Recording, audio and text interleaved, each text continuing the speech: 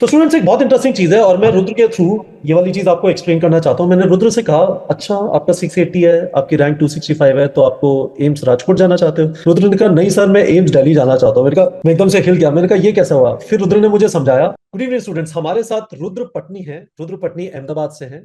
रुद्र पटनी का इस बार स्कोर है 680। रुद्र पटनी की रैंक है 265। रुद्र पटनी, सबसे पहले ये बताओ कैसा लग रहा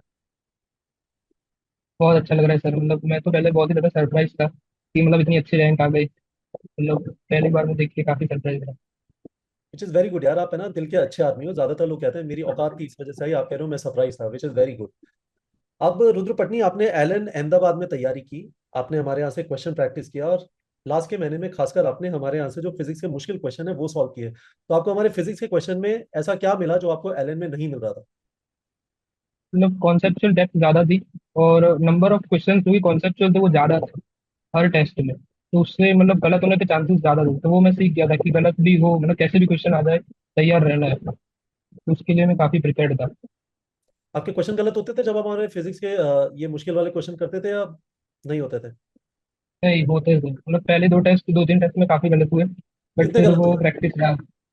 मतलब काफ़ी सारा, मतलब मान के चलो 45 में से मेरे 8-9 गलत होते थे पहले दो तीन टेस्ट। तो मुझे बताओ, आपका 680 का ब्रेकअप क्या है फिजिक्स, केमिस्ट्री, बायो में? बायोलॉजी में 360 है, फिजिक्स में 165 है और केमिस्ट्री में 150 था। केमिस्ट्री में 150 है, 150? नहीं, 155। 155, अंडरस्टूड, ओके। तो स्टूडेंट्स एक बहुत इंटरेस्टिंग चीज है और मैं रुद्र के थ्रू ये वाली चीज आपको एक्सप्लेन करना चाहता हूँ। मैंने रुद्र से कहा, अच्छा आपका 680 है, आपकी रैंक 265 है, तो आपको एम्स राजकोट जाना चाहते हो?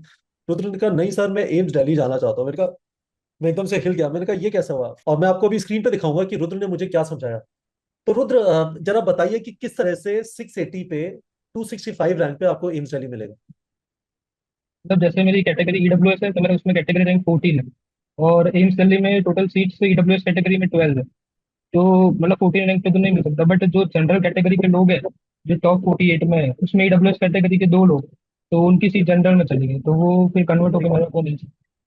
तो जैसे ही मुझे रुद्र ने बताया, मैंने ये एनटीए का पब्लिकेशन पढ़ा और इससे क्लियरली समझ में आना चालू होता है। तो उसमें जरा समझने की कोशिश करिए, इस बहाने जो लोगों की काउंसलिंग हो रही है उनको भी एक क्लैरिटी हो जाएगी।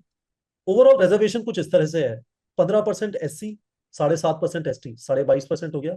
27% OBC, 49.5% हो गया। 10% EWS, 59.5% हो गया। और अक्रॉस बोर्ड 5% हॉरिजॉन्टल रिजर्वेशन है ना? तो ओपन कैटेगरी में with people who do not have benchmark disability करीब 38-39 सीट्स होंगी आउट ऑफ 100, या परसेंट के हिसाब से देखना चाहते हो। इसका मतलब ये नहीं होता, open category does not mean कि वो वाली सीट्स जनरल के लिए रिजर्व हैं। उसका मतलब ये होता है, जैसा अभी आपको रुद्र पटनी ने बताया। फॉर एग्जाम्पल, आप यदि कुडाले श्रवणी कृष्णा को देखते हैं रैंक 5 पे, कुडाले श्रवणी कृष्णा फीमेल है, महाराष्ट्र से है, ओबीसी एनसीएल से है।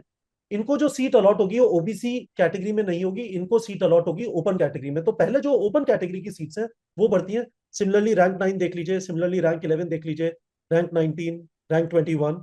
और जैसा इन्होंने बोला, जिसकी वजह से इन्हें सीट मिल जाएगी एम्स दिल्ली में, which I am so happy for him. Taha Suman Bhatia, general EWS. उसके बाद एससी कैटेगरी, इनको भी ओपन कैटेगरी से मिलेगी, वो जो 38-39% सीट जो है। एससी कैटेगरी, टेम्बूने प्रणव पुरांजल, इनको भी मिलेगा। और एक और ईडब्ल्यूएस है जो यहाँ पे रणवीर कुमार। तो ये जो ईडब्ल्यूएस चले गए एम्स दिल्ली के अंदर, रुद्र ने बताया 12 सीटें हैं ईडब्ल्यूएस में। ये जो दो ईडब्ल्यूएस है इनको ओपन कैटेगरी में लॉट हो जाएगा। जो 12 सीटें रह जाएंगी उनको फर्स्ट 12 ईडब्ल्यूएस के 12 मिल जाएंगे। और इनकी रैंक 14 है रुद्र पटनी की, तो इन्हें इसके थ्रू हिमशैली मिल जाएगा। Quite extraordinary. तो रुद्र, मुझे एक चीज बताओ, आपके दिमाग में क्लियर था, या जैसे ही 14 आया फिर आपको कब पता चला कि आपको 14 पे हिमशैली मिल सकता है? नहीं, मतलब पहले तो पता नहीं चला था, बट फिर मैंने मेरे दोस्त से पूछा तो उसको पता था ये सब, तो उसने मेरे को क्लैरिफाई किया कि नहीं, एम्स दिल्ली बिल्कुल पक्का लग सकता है। तो पहले दिन ढोल नहीं बजे होंगे, जैसे ही पता चला उसके बाद पूरे मोहल्ले में ढोल बज रहे हैं उसके बाद से? तो हाँ, उसके बाद तो एकदम माहौल बदल गया। एकदम माहौल extraordinary students. Rudra Patni AIIMS चली जा रहे हैं। रुद्र, आपसे मैं पूछना चाहता हूँ, तीन आपकी रिकमेंडेशन क्या होंगी?